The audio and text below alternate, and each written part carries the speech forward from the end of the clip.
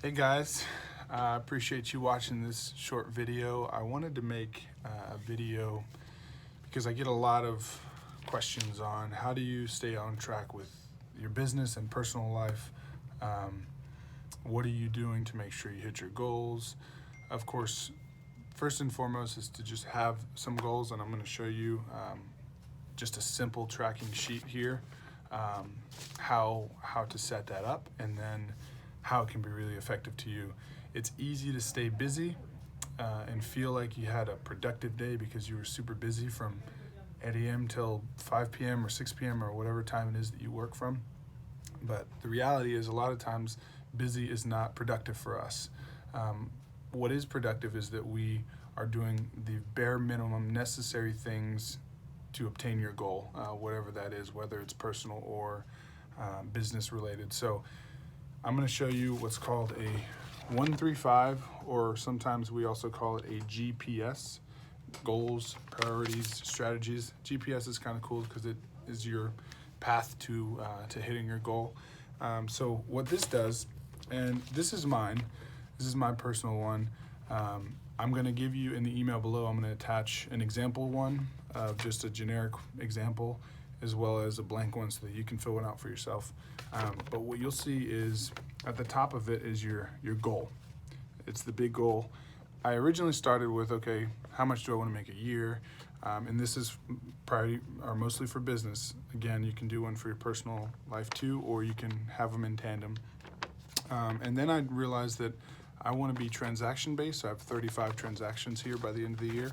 And the reason is because if I'm doing the transactions, financially it'll take care of itself, and I want to make sure that I'm doing the necessary, the work, and I suppose just doing the right things in order to hit, to grow in this business, and not kind of cut corners and do one big deal that kind of gets me to that financial goal at the end of the year. So anyhow, so the big goal at the top, and then it's 3 priorities underneath that.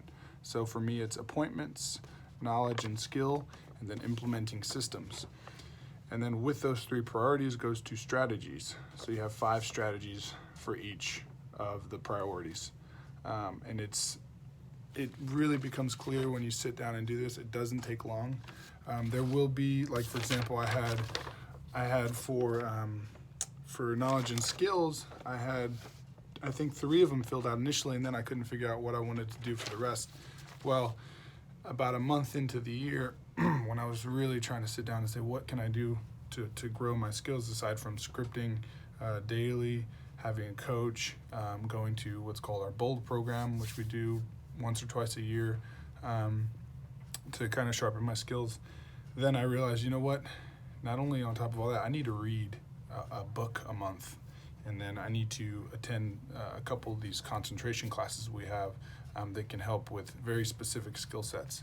So I added those later on, and that's okay. If you can't figure it all out, talk to people in your industry, whatever it is you're doing. And this whole chart should be filled out sooner than later. As you can see, there's some scribbling. I realized, you know what, that's not a priority for me, or that's not a good strategy in order for me to hit that priority. So I did make some changes. But ultimately, I feel pretty good about this now. Once you have that in place, everything in there, make sure, this is key, everything is trackable.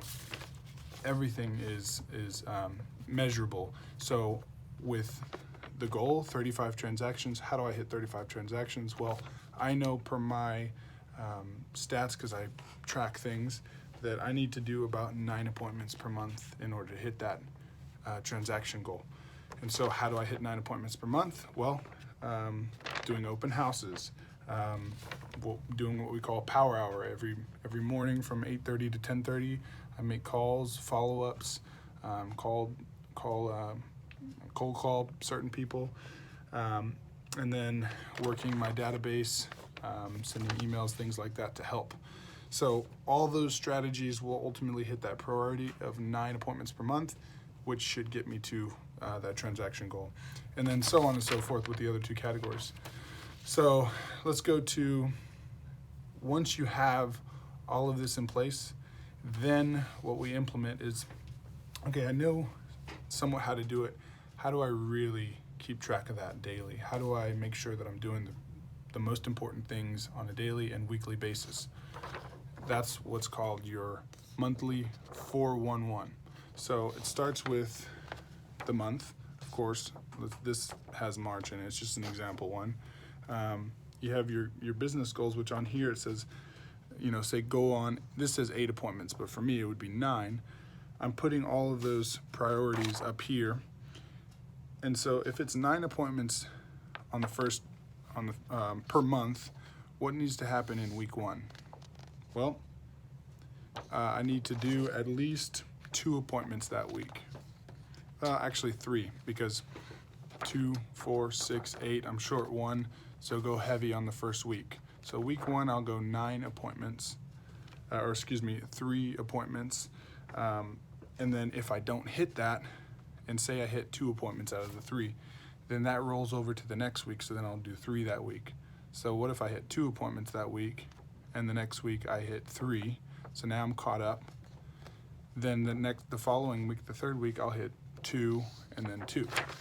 So theoretically, and this happens quite often with some of these things, I end up doing more up front, and then towards the end of the month, it's all kind of bonus. I don't necessarily have to hit. I've already hit 9 appointments on week 3, and so week 4, I can dilly-dally if I want. Of course, I'm not going to do that. I'm going to still try and hit some more appointments to surpass my goal.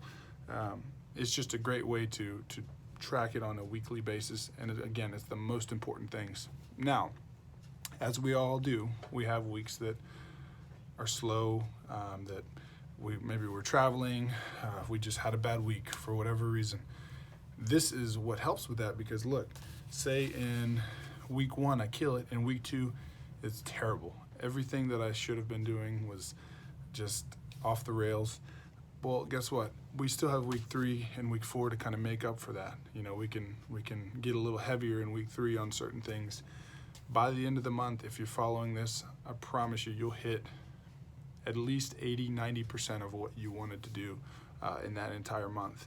And I guarantee you that that's more than what most other people are doing, because they're not doing this at all. They're not following this. They're staying busy on a daily basis with things that they are not priorities to hitting their goal, if that makes sense. So I'll end it there. If you have questions on how to kind of set this up a little bit better, I don't want to get in too much detail here, but you do have the examples in the email. You have a blank one for you to fill out, and then feel free to call me, text me, and I'm happy to kind of walk it through with you. I've done this.